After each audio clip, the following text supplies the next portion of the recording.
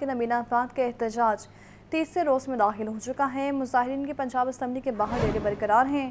بے روزگار نابینا افراد کو روزگار فراہم کرنے جبکہ ڈیلی ویجز کو مستقل کرنے کا مطالبہ ہے۔ مظاہرین نے نابینا افراد کو ہمت کارڈ جاری کرنے اور ماہانہ 10,000 روپے خصوصی الاؤنس دینے کا بھی مطالبہ کر دیا ہے۔ مظاہرین کا مطالبات کی منظوری تک احتجاج جاری رکھنے کا اعلان ہے۔ اسی پر بات کر لیتے ہیں مبین حیدر سے۔ مبین بتائیے۔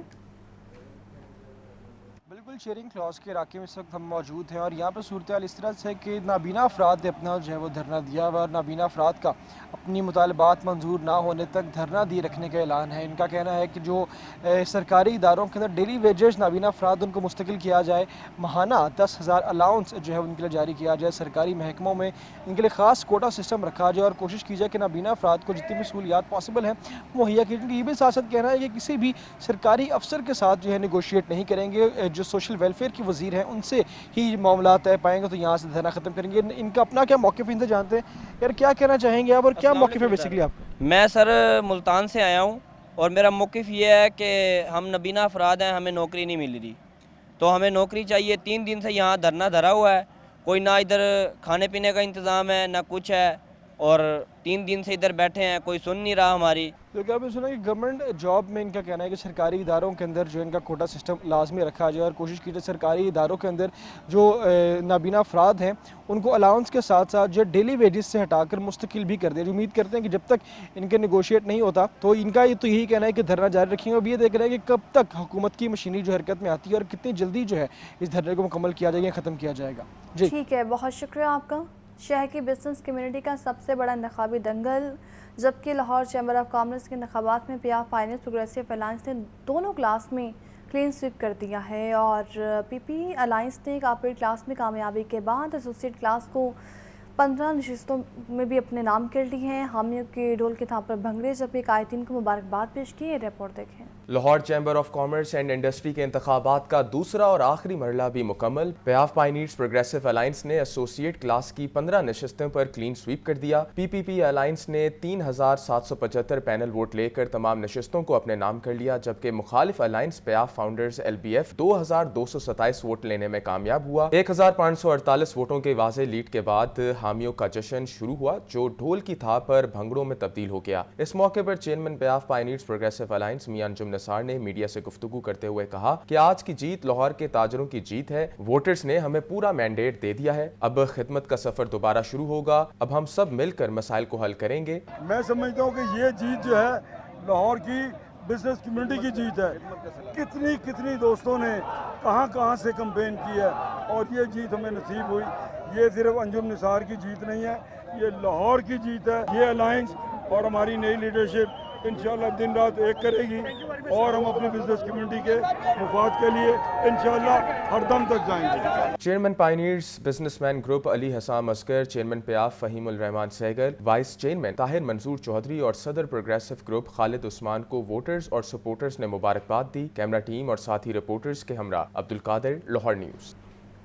Pakistan flour mills association کے نئے عہدیداروں کے انتخاب، جبکہ بدرالدین کاکڑ ایسوسی ایشن کے مرکزی چیئرمین منتخب ہوئے ہیں اور وہیں ریاض اللہ خان فلاور میلز ایسوسی ایشن پنجاب کے چیئرمین بنے ہیں۔ ترجمان فلاور میلز ایسوسی ایشن کے مطابق نواز بٹ، عمران فیض رسول اور Shazeb vice chairman Punjab branch منتخب ہوئے ہیں۔ خرم شہزاد کو senior vice chairman Punjab branch منتخب کیا گیا ہے۔